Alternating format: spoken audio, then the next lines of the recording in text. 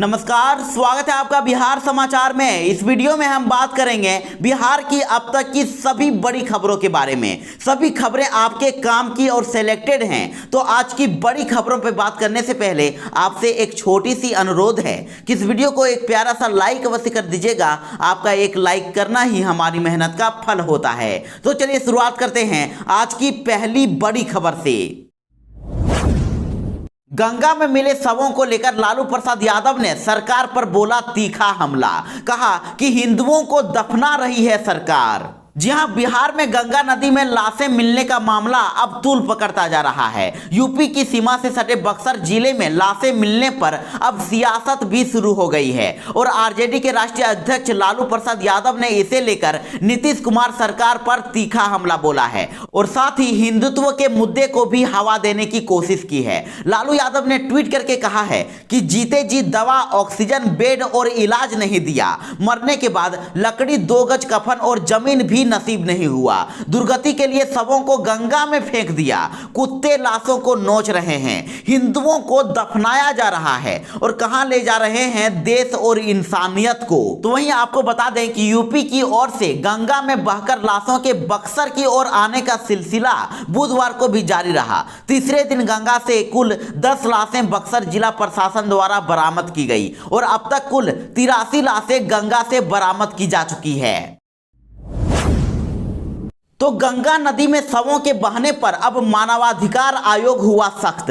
बिहार और उत्तर प्रदेश सरकार को भेजा नोटिस और 4 हफ्तों में मांगा जवाब। जी हां, गंगा नदी में 100 से ज्यादा शवों के बरामद होने के बाद राष्ट्रीय मानवाधिकार आयोग सख्त हो गया है और आयोग ने बिहार और उत्तर प्रदेश सरकार को नोटिस जारी किया है और पूछा है कि नदी में शव आखिर कहां से आए। और साथ ही आयोग ने भारत सरकार की जल शक्ति मंत्रालय को भी नोटिस भेजा है और सभी को 4 सप्ताह के भीतर जवाब देने को कहा गया है। आपको बता दें कि बिहार के बक्सर जिले में गंगा नदी में तैरते हुए 81 शव बरामद किए गए हैं। तो वहीं उत्तर प्रदेश बलिया और गाजीपुर में भी 100 शव नदी में तैरते हुए मिले हैं। गंगा नदी में तैरते शवों का वीडियो सामने आने के बाद पूरे देश में हड़कंप मच गया है। तो वहीं बिहार सरकार ने सीधे तौर पर कहा है कि यूपी से शवों को गंगा नदी में प्रवाहित किया जा रहा है। तो वहीं बिहार सरकार के अधिकारियों ने उत्तर प्रदेश के अधिकारियों से बात करके उनसे इस पर रोक लगाने को भी कहा है। पप्पू यादव की पत्नी रंजीत रंजन ने सरकार को फिर से दी धमकी। कहा कि 2 दिनों में पप्पू यादव को रिहा करें वरना करूंगी अनशन। जी हां, पप्पू यादव को जेल भेजने के मामले में उनकी पत्नी व पूर्व सांसद रंजीत रंजन ने पटना में प्रेस कॉन्फ्रेंस करके बिहार के मुख्यमंत्री नीतीश कुमार, भाजपा नेता राजीव प्रताप रूढ़ी और ड्रग्स माफिया के खिलाफ जमकर हमला बोला है। उन्होंने कहा है कि अगर 2 दिनों में पप्पू यादव की रिहाई नहीं हुई तो मैं मुख्यमंत्री जी आपको, आपके गुर्गे को और राजीव प्रताप रूढ़ी और भाजपाई को सड़क पर खड़ा करूंगी। उन्होंने कहा कि महामारी में राजनीति खेलने का वक्त नहीं है। इस वक्त हम सभी को एक दूसरे का सपोर्ट करना चाहिए और कहा कि आज पप्पू यादव के साथ लोग इसलिए नहीं खड़े हैं कि चुनाव होने वाला है या कोई बड़ी पार्टी है। आज लोग इसलिए खड़े हैं कि महामारी चल रही है, दूसरी लहर चल रही है, लोगों की जानें जा रही है, सब लोग भयभीत हैं। और कहा कि मैं पूछना चाहती हूं कि पप्पू यादव का कौन सा अपराध था जिसमें उनको जेल भेजा गया। राजद सुप्रीमो लालू प्रसाद यादव ने बिहार सरकार की तुलना कोरोना से की और कहा कि दोनों नजर नहीं आते हैं। जी हां, राजद सुप्रीमो लालू प्रसाद यादव ने गुरुवार को बिना नाम लिए बिहार के मुख्यमंत्री नीतीश कुमार पर हमला बोला है। लालू ने ट्वीट करके कहा है कि कोरोना और बिहार सरकार में कुछ समानताएं हैं, दोनों जन जीवन के लिए खतरनाक है और दोनों अदृश्य हैं, नजर नहीं आते हैं। आपको बता दें कि कुछ दिन पहले ही लालू यादव ने बिहार की स्वास्थ्य सेवाओं को लेकर पटना हाईकोर्ट की तल्ख टिप्पणियों का हवाला देते हुए राज्य सरकार पर निशाना साधा था।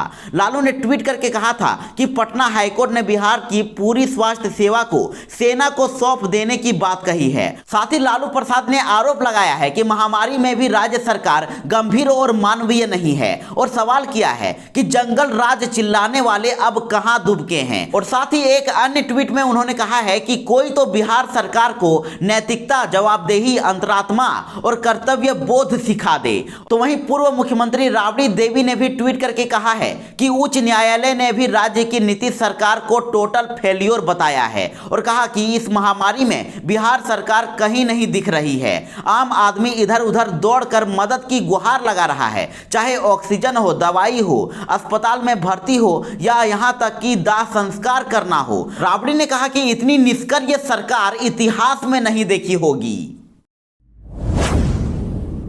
वीरपुर जेल से अब डीएमसीएच में शिफ्ट हुए पप्पू यादव, सीएम नीतीश कुमार से की खास अपील। लॉकडाउन उल्लंघन और 32 साल पहले के अपहरण के एक मामले में पटना में गिरफ्तार किए गए जाप सुप्रीमो पप्पू यादव को गुरुवार शाम सुपौल जिले के वीरपुर जेल से डीएमसीएच लाया गया है। उन्हें शाम करीब 7 बजे एम्बुलेंस से यहां लाया गया और फिलहाल उन्हें डीएमसीएच आईसीयू में डॉक्टर यूसी झा के यूनिट में भर्ती कराया गया है। और यहां आने पर पप्पू यादव ने मीडिया को बताया कि मैं लगातार कोरोना पीड़ित मरीजों की सेवा कर रहा हूं, उन तक खाना और ऑक्सीजन पहुंचा रहा हूं और यह कुछ लोगों को ठीक नहीं लगता है। मेरी तबीयत ठीक नहीं है। 2 महीने पहले गॉल ब्लाडर का ऑपरेशन हुआ है, फिर भी जरूरतमंदों का यथावत सहयोग कर रहा हूं और साथ ही मुख्यमंत्री नीतीश कुमार से आग्रह करना चाहता हूं कि आप मुझे काम करने दें, मैं आपका सहयोग करूंगा। मैं जब तक जिंदा रहूंगा लोगों तक खाना और ऑक्सीजन पहुंचाता रहूंगा।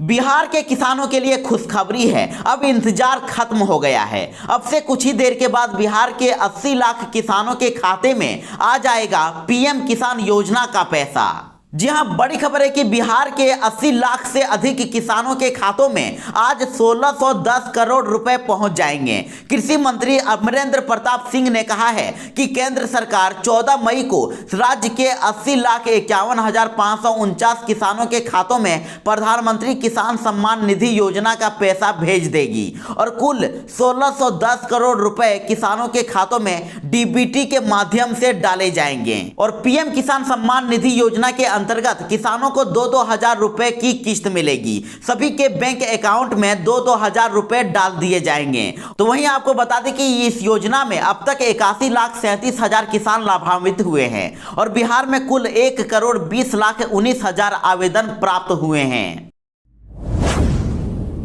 बिहार में 25 मई तक बढ़ गया लॉकडाउन, बिहार सरकार ने जारी की नई गाइडलाइन। बिहार में कोरोना वायरस की चेन तोड़ने के लिए नीतीश कुमार सरकार ने बड़ा फैसला लिया है। सरकार ने 25 मई तक के लिए लॉकडाउन को बढ़ा दिया है और इससे पहले राज्य में 5 मई से 15 मई तक के लिए लॉकडाउन लगाया गया था और अब इसे 10 दिनों के लिए बढ़ा दिया गया है और इसकी जानकारी खुद मुख्यमंत्री नीतीश कुमार ने दी है। उन्होंने ट्वीट करके बताया है कि राज्य में 25 मई तक के लिए लॉकडाउन को बढ़ाया गया है। तो वहीं बिहार सरकार द्वारा जारी की गई नई गाइडलाइन के अनुसार अब शादी समारोह में सिर्फ 20 लोग ही शामिल हो सकते हैं और इसके साथ ही शहरी और ग्रामीण इलाकों के दुकानों को खोलने के समय में भी बदलाव किया गया है। अब राज्य के शहरी क्षेत्रों में सुबह 6 बजे से 10 बजे तक ही दुकानों को खोला जा सकता है, जबकि ग्रामीण क्षेत्रों में सुबह 8 बजे से दोपहर 12 बजे तक दुकानों को खोलने की छूट दी गई है। और बिहार सरकार ने खरीफ फसलों की रोपाई को देखते हुए बीज दुकान खोलने में भी छूट दे दी है। अब बीज के दुकान सोमवार और शुक्रवार को सुबह 4 घंटे के लिए खोला जा सकता है। तो वहीं सरकार ने आरा मशीन की दुकान को भी खोलने में छूट दे दी है। इसके अलावा निर्माण सामग्री और निर्माण संबंधी हार्डवेयर की दुकानों को भी सप्ताह में मात्र 2 दिन सोमवार और गुरुवार को ही खोलने की इजाजत दे दी गई है। ये दुकानें सुबह 6 बजे से 10 बजे तक ही खोली जा सकती है और बाकी पहले के लगे सभी प्रतिबंध यथावत रहेगा।